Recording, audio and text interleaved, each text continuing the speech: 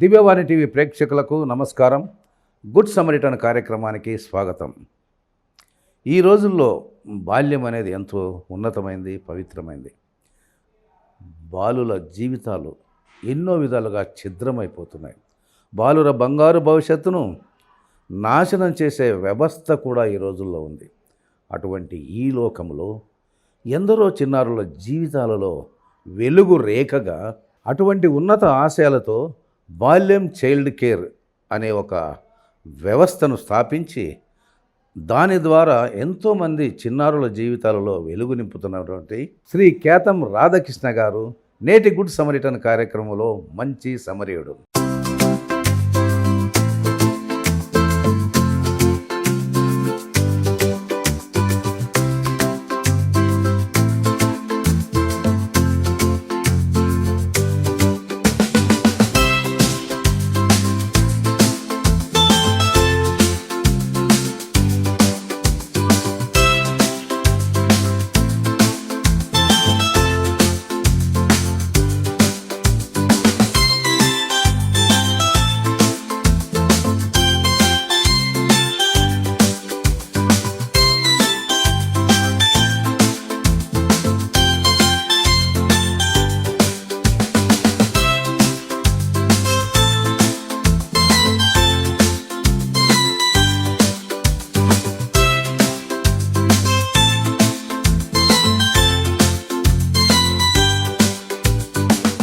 తర్వాత సార్ ఇప్పుడు ఈ బసవ తారకరాం కావచ్చు, తర్వాత ఉస్మానియా హాస్పిటల్ కావచ్చు, ఇక్కడంతా నాంపల్లి రైల్వే స్టేషన్ దగ్గర కూడా మీరు అన్నదాన కార్యక్రమాలు చేస్తున్నారు కదా.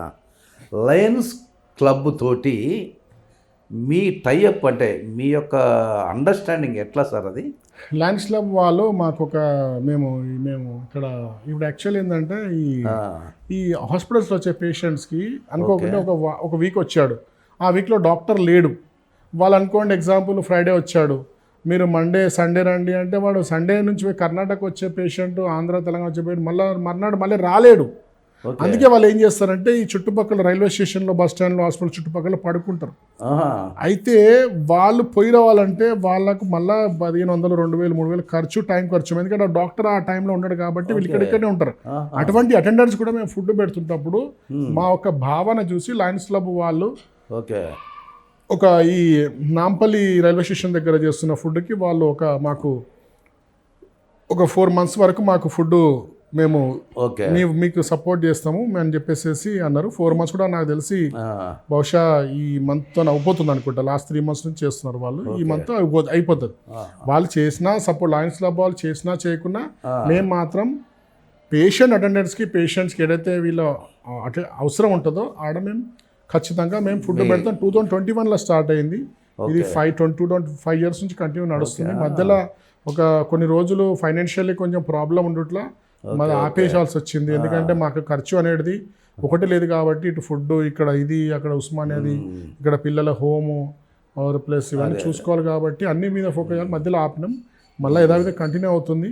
ఒకవేళ అందరి సహకారం ఉంది, అందరూ అంటే డెఫినెట్లీ వీ విల్ కంటిన్యూ. అట్లా ఏం లేదు. మా సంకల్పం ఒకటే చెప్పిన, భూకో కన్ను ప్యాసేకో పాని. అన్నిటికన్నా ముఖ్యమైనది అన్నప్రసాదం, అన్నదానం. అదే ఎందుకంటే ప్రపంచంలో ఒక దానికి చాలు అనే ఒకటే పదం, దానికి తృప్తి ఇచ్చే పదం అన్నం. అదే మీరు బంగారం ఇచ్చినా, వజ్ర వైడూర్యాలు ఇచ్చినా అని ఇంకో కొన్ని కవర్లు వేసిస్తే బాగుండు, చేతిలో ఇచ్చిండు జేబులో పెట్టుకుని ఇంకో కవర్లు వేసిస్తే బాగుండు అని అనుకుంటారు. వజ్రాలు, వైడూర్యాలు, బంగారం, డబ్బులు, కానీ చాలు అన్నాడు. ఇది ఒక్కటే చాలు, నేను తృప్తిగా ఉన్నా నా దగ్గర అనేది పట్టినంత తినగలడు. నా పేరు వెంకటేష్. నేను చిన్నప్పటి నుంచి వచ్చినాను. 10 సంవత్సరాలు ఉన్నప్పుడు వచ్చిన. అప్పటి నుంచి నేను ఇప్పుడు 17 సంవత్సరాలు. నా స్టడీ ఇప్పుడు 10th కంప్లీట్. ఇప్పుడు ఇక్కడ మంచిగా చూసుకుంటారు, ఫుడ్ మంచిగా ఉంటుంది, అంతా మంచిగా ఉంటుంది. ఇక్కడ మంచిగా ఏమైనా హెల్ప్ కూడా చేస్తారు. మన పెద్ద లైఫ్ అంతా సెట్ చేసి మా గురుస్వామి అన్నీ చూసుకుంటాడు. ఇక్కడ డైరీ ఫామ్ పెట్టాలనుకుంటున్నాను. ప్రజలకు కూడా, బయట వాళ్ళకు కూడా సేవ చేయాలనుకుంటున్నాను. వాళ్ళ కోసం కూడా, పేదవాళ్ళకు ఇలా రోడ్ల మీద ఉంటారు వాళ్ళకు కూడా ఇట్లా మొత్తం ఎవరు అమ్మనైనా కొంతమందికి లేకుంటారు, వదిలేసి వెళ్ళిపోతారు. వాళ్ళ కోసం ఇట్లా చేయాలి సేవ, మన దగ్గర ఎంత ఉంటే అంత చేయాలనుకుంటాం. ఇలా మీరు ఎన్నో రకాలైనటువంటి మానవ సేవకు సంబంధించిన సేవా కార్యక్రమాలు ఎన్నో చేస్తున్నారు కదండి రాధాకృష్ణ గారు. మరి బాల్యం చైల్డ్ కేర్ అనే పిల్లల కోసమే, వాళ్ళ భవిష్యత్తు కోసమే ఈ యొక్క సేవను మీరు ఎందుకు ఎంచుకున్నారు? చాలా గుడ్ క్వశ్చన్.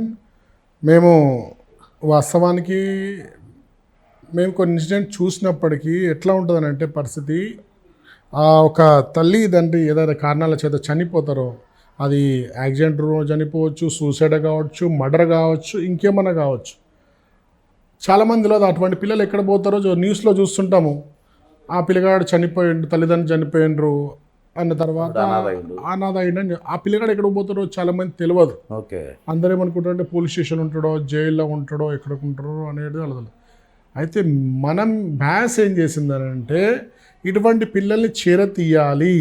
ఒకవేళ వాళ్ళు చేరదీయకపోతే వాళ్ళు ఏదైతే వాళ్ళకి అక్కడ జరిగిందో, ఏదైతే వాళ్ళకి అక్కడ అఘాతం జరిగిందో, ఆ ఘాతుకం జరిగిందో, ఆ మైండ్లో వాళ్ళు ప్రలోభపడతాడు.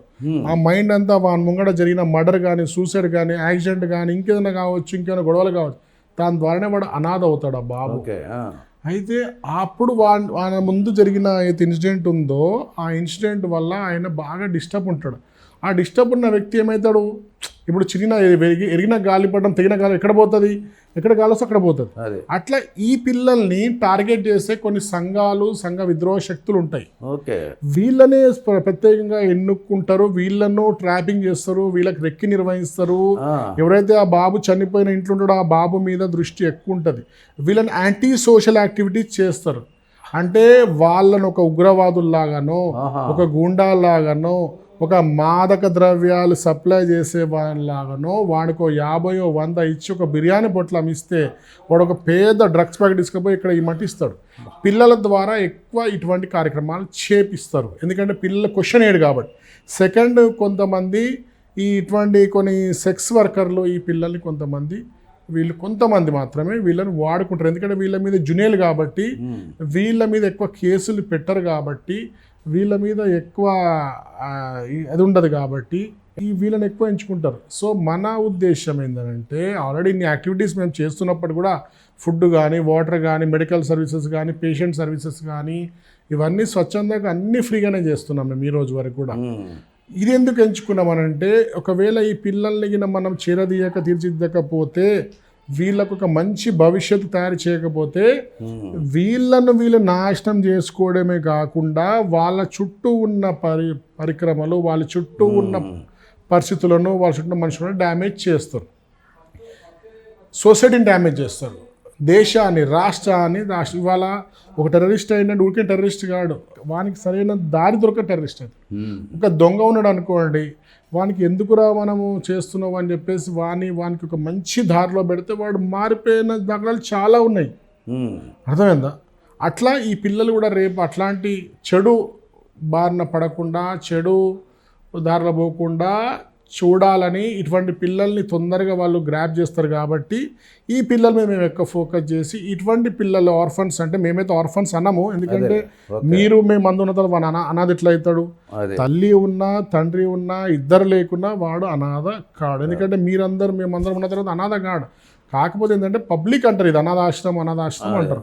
మేమైతే ఎవరికి అనాథాశ్రమం అన్నము, ఎందుకంటే మనం వానికి అనాథలాగా చూడట్లేదు, వానికి అన్ని ఇక్కడ సకల సదుపాయాలు ఇస్తున్నాం కాబట్టి అనాథ కాడు. కాబట్టి అటువంటి యాక్టివిటీస్కి పోకుండా వాడు ఇవాళ మంచి యోగా కానీ, వాడు మంచి ఇవాళ స్పోర్ట్స్ కానీ, ఆ బాబు మంచిదిగా చేయడం. ఇవాళ మా దగ్గర వాసు అనే బాబు ఉన్నాడు, సెయిలింగ్లో ఆయన నేషనల్స్లో 14 మంది పిల్లలు నేషనల్ పార్టిసిపేట్ చేస్తే 6 మంది పిల్లలకి నేషనల్ వాళ్ళకు రివార్డులు వచ్చినాయి. నేషనల్ ఆర్ట్ చేశారు పిల్లలు. ఉస్మానియా మన ట్యాంక్ బండ్లో బుద్ధ విగ్రహంలో వాళ్ళు వరకు పోయేస్తారు, వాళ్ళు బోట్లు తీసుకొని సెయిలింగ్ వాటర్ స్పోర్ట్స్లో. అట్లా వాళ్ళని మంచిగా తీర్చిదిద్దడానికి మనం పెట్టిన మీద ఒక బాల్యం. దీని గతంలో బ్యాచ్ చిల్డ్రన్ హోమ్ ఉండే, దాన్ని మేము బాల్యంలో దాని పేరు మార్చి దానికి ఒక కమిటీ వేసి దాని కమిటీని మేము అందరం కలిపి రన్ చేస్తున్నాం. లేకపోతే ఏమవుతుందంటే ఈ పిల్లలందరూ ఏమవుతారంటే సొసైటీని మొత్తం హామ్ చేస్తారు. అన్ని చెడు అలవాట్లతో తాగడము, గుట్కాలు తినడము, సిగరెట్లు తాగడము, లోపల పార్ట్స్ అన్ని ఖరాబ్ అయిపోతుంటాయి. గతంలో ఒక బాబు అట్లే అయిండు, మాకు తెలిసిన ఎవరో ఆ బాబు చిన్న బాబు 12 ఏళ్ళు 13 ఏళ్ళకే మనకి మందు అలవాటు, డ్రగ్స్ అలవాటు చనిపోయిండు ఆ బాబు. చాలాసార్లు మేము మా పిల్లలు చెప్పిండ్రు వాళ్ళకి ఇక్కడ ఫ్రెండ్ అవుతారు, ఇక్కడ రా, అదే అదే మా బ్యాచ్లో బాగుంటుంది, ఇక్కడ ఫుడ్ బాగుంటుంది, ఇక్కడ మంచిగా ఉంటారు అన్నలు అక్కలు మంచిగా చూసుకుంటారు రండి అంటే వాడు ఇల్లే. ఎందుకంటే వాడు అక్కడ బయట ప్రపంచం అలవాటు పడ్డాడు. వాడు ఆ ట్యాంక్ బండ్ దగ్గర ఉంటుండే, ఆ ట్యాంక్ బండ్లో అవన్నీ ఆ చుట్టుపక్కల పేపర్లను ఏరుకుంటుండే వచ్చిన డబ్బులతోని అవన్నీ ఆ వైట్నర్ అవన్నీ తాగి వాళ్ళంతా ఇదైతుండే అనమాట. ఎందుకంటే లివర్ పాడైపోతుంది, ఆ వైట్నర్ తాగుతారు పిల్లలు కొంతమంది. ఇట్లా చాలా అయితే అందు గురించి మేము ఏం చేసినామంటే ఈ యొక్క పిల్లల ఒక సంరక్షణ అనే కార్యక్రమం దీన్ని స్టార్ట్ చేసినాం. దీని పేరే బాల్యం చైల్డ్ కేర్ ఇన్స్టిట్యూట్. ఇంతకుముందు గతంలో బ్యాస్ ఉండే, బిఎస్ఎస్ బ్యాస్ చిల్డ్రన్ హోమ్ ఉండే. దీనికి 4 డిపార్ట్మెంట్ వెనుక ఉంటాయి, CWC child line, DCP, DW, police department child line, ఇట్లా 5 డిపార్ట్మెంట్ ద్వారా పిల్లలు వస్తారు మా దగ్గరికి. నా పేరు మురికి భిక్షపతి, భాగ్యనగర్ అయ్యప్ప సేవా సంఘం ఫౌండర్ నెంబర్ని. మా భాగ్యనగర్ తరఫున స్వారతత్వని వింగ్కు నేను ఒక ఇన్ఛార్జ్ను. మా స్వారతత్వం నుంచి 9 మంది అనాథ పిల్లలకు మ్యూజిక్ నేర్పిస్తున్నాము. దీంట్లో కీబోర్డు, డోలాక్, డ్రమ్, కీబోర్డు, తర్వాత కాంగో నేర్పిస్తున్నాము. వీళ్ళందరికీ దర్శన అబ్బాయి కీబోర్డు మీద 23 పాటలకు కీబోర్డు ప్లే చేస్తుంటాడు. తర్వాత ఇంకా అందరూ డోలాక్, కాంగో, డ్రమ్ మీద చాలా మంచిగా నేర్చుకున్నారు. దీంట్లో ఇప్పటి వరకు మా దగ్గర మాత్రం 4 అబ్బాయిలు నేర్చుకొని బయటకు వెళ్ళినారు. వీళ్ళందరికీ శుభాకాంక్షలు. గుడ్ సమరిటన్ కార్యక్రమంలో ఇప్పుడు ఒక చిన్న విరామం తీసుకుందాం.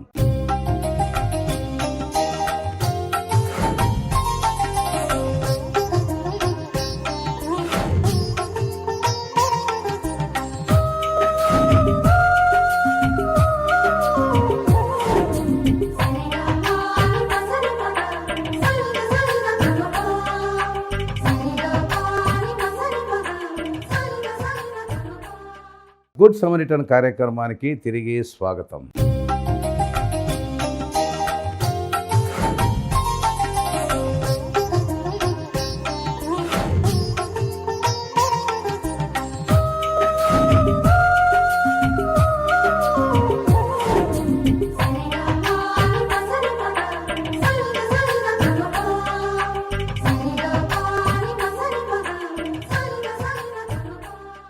ఎన్ని బాధలు ఎన్ని కష్టాలు పడ్డా ఈ సేవ నాకెందుకులే, నేను ఆపేయచ్చు కదా అని అనిపించలేదా సార్?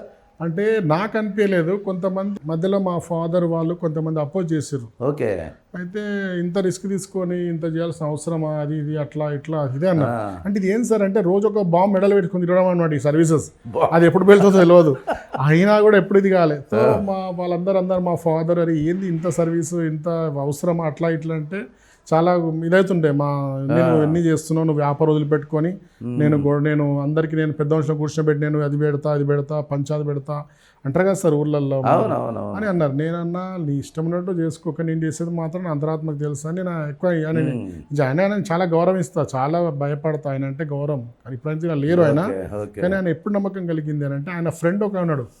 ఆయన ఫ్రెండ్ చెప్పిండు, అరే నువ్వు చాలా వెనుక ఉన్నావు, రాధాకృష్ణ వాళ్ళ టీము ఎక్కడో వెళ్ళిపోయింది, అది వాళ్ళు చాలా సర్వీస్ చేస్తున్నారు, నువ్వు సర్వీస్ చేయి, ఖాళీ సపోర్ట్ చేయంటే తర్వాత వాళ్ళ ఫ్రెండ్ చెప్పిన తర్వాత మా ఫ్యామిలీ, మా ఫాదర్ అందరూ అంతా. మా లాస్ట్ టైము కోవిడ్లో వంటలో రాకపోతే మా మిస్సెస్ వచ్చి వంట చేసింది, స్టాఫ్ని రానియలేదు. ఎందుకంటే వాళ్ళకి ఏం వైరస్ ఉందో తెలియదు.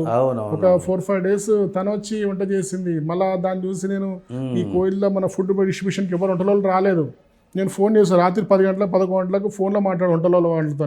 అప్పుడు మా మిస్సెస్ విన్నది, అరే ఏంటి నువ్వు ఈ రాత్రి పూట ఫోన్లో మాట్లాడుతున్నావు ఏంటంటే ఇట్లా రేపటి ఫుడ్ డిస్ట్రిబ్యూట్ చేద్దాం అనుకుంటున్నాం. బయట ఫుడ్ చాలా ఇబ్బంది పడుతున్నారు జనాలు, హోటల్ బంద్ ఉన్నాయి, అది బంద్ ఉన్నాయి. బయట నుంచి వచ్చిన ట్రీట్మెంట్ గురించి వచ్చిన వాళ్ళు, లోపల ఉన్న వాళ్ళు కూడా ఈ కెఫ్టేరియాలు, హోటళ్ళు, కెఫీ లోపల సప్లై ఎందుకు బంద్ ఉందంటే అందుకే ఫుడ్ చేద్దాం అనుకుంటున్నాము. అందరూ ఏదో రకాల సేవ చేస్తారు, డాక్టర్లు సేవ చేస్తారు, జిహెచ్ఎంసీ వాళ్ళు సేవ చేస్తారు, పోలీస్ వాళ్ళు, మనం కూడా ఏమైనా సేవ చేద్దాం బ్యాచ్ నుంచి అని. అప్పుడు వంటలలో కూడా ట్రై చేసి దొరకలేరంటే ఏం ఇది కాకు, నేను హెల్ప్ చేస్తా అని రోజు 500-600 మంది తను వచ్చి స్వయంగా వంట చేసింది ఆ మిస్సెస్. ఎందుకంటే ఇవాళ నేను చేస్తున్నా అంటే కారణం మా సభ్యులు, మా ఫ్యామిలీ సపోర్ట్ లేదు. నేను ఇవాళ ఇన్ని కార్యక్రమాలు నేను చేయకపోతుంది కదా సార్. నా పేరు శివశంకర్, నేను 7వ తరగతి చదువుతున్నాను. నాకు చాలా ఆనందంగా ఉంది. నేను ఇక్కడ వచ్చి 3 సంవత్సరాలు అవుతుంది. నేను ముంబైలో ఉండేటోని. మాది పెద్ద ఫ్యామిలీ, మొత్తం పెద్ద కుటుంబం మాది. నేను చిన్న ఉన్నప్పుడే మా ఫ్యామిలీ మొత్తం నాతో దూరం అయిపోయింది. నాకు 10 years వచ్చేదాకా నన్ను మా అన్న చూసుకున్నారు. దాని తర్వాత మా అన్న గిట్ట చనిపోయారు. తర్వాత నాకు ఏది లేదు, రోడ్ పైన నేను ఉంటుండే. అప్పుడు పోలీస్ ఇంకా ఆర్మీస్ నన్ను హైదరాబాద్కి తీసుకొచ్చారు. హైదరాబాద్ నుండి ఇక్కడ నన్ను బ్యాస్లో షిఫ్ట్ చేస్తారు. అమ్మా నాన్న లేరు, అట్లా లేరని ఏం లేదు. ఇక్కడే మన అన్న తమ్ములు అందరూ మన ఫ్యామిలీ అన్నట్టు ఫీలింగ్ ఉంటుంది.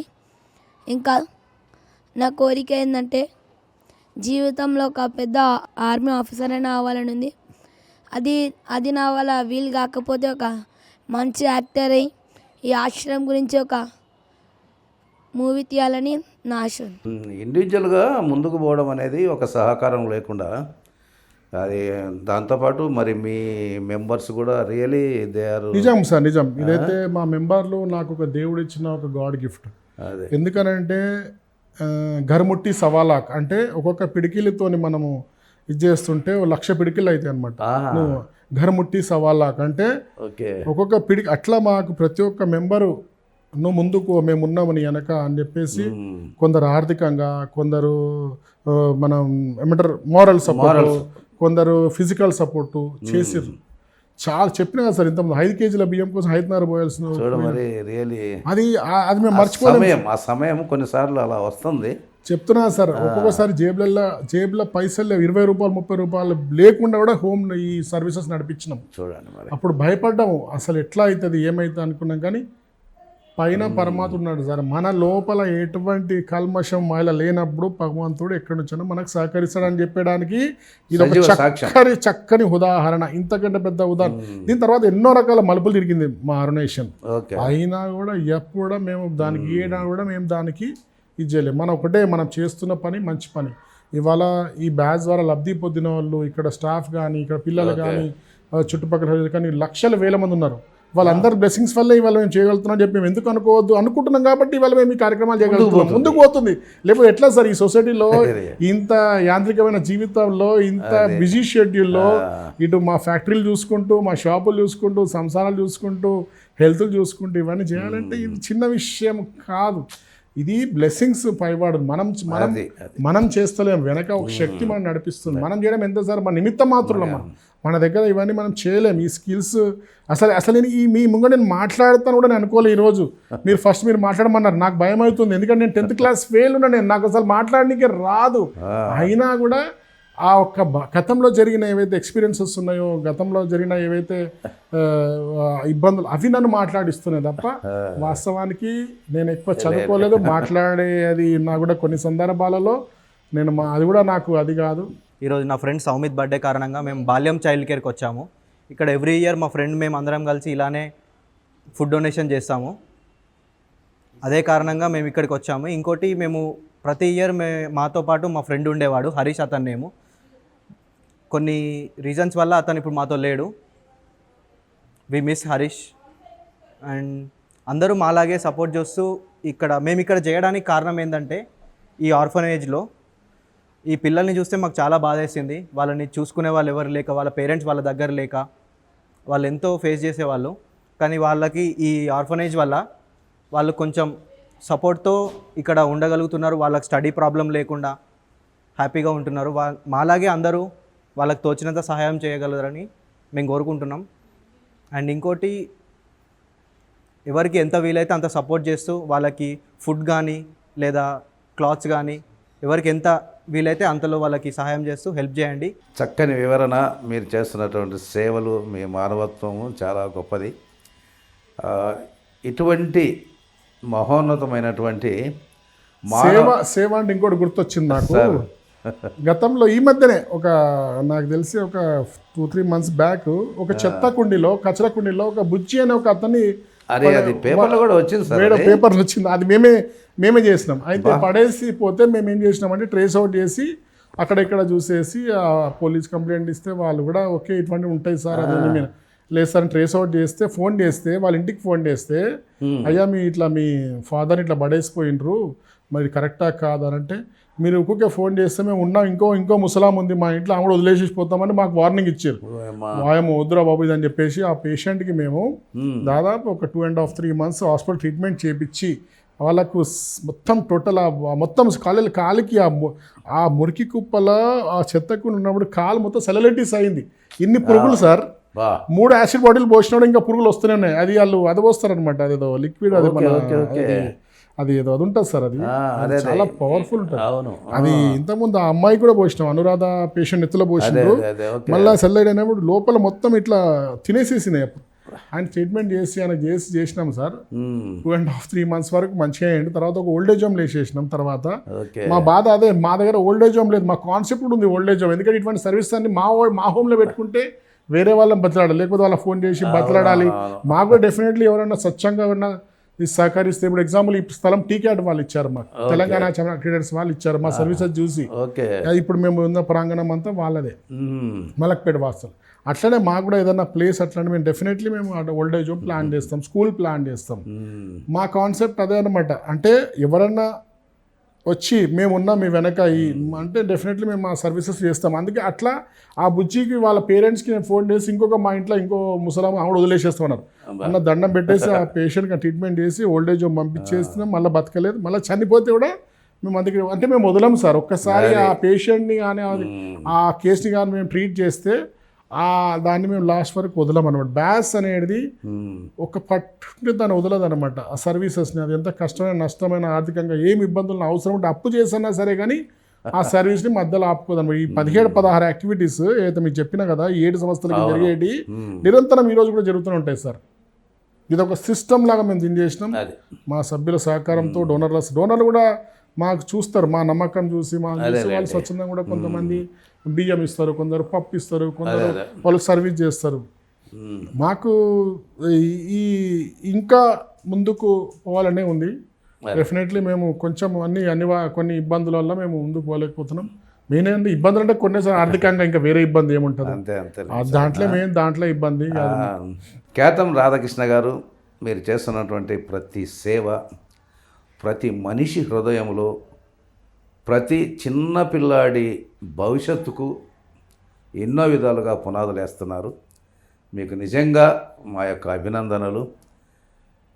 మళ్ళీ మీలాంటి మంచి సహృదయులను కలుసుకోవడానికి, మీతో మీరు చేస్తున్న సేవలను పంచుకోవడానికి మాకు అవకాశం ఇచ్చినందుకు చాలా చాలా ధన్యవాదాలు. Thank you very much sir. Thank you very much. God bless you. Thank you.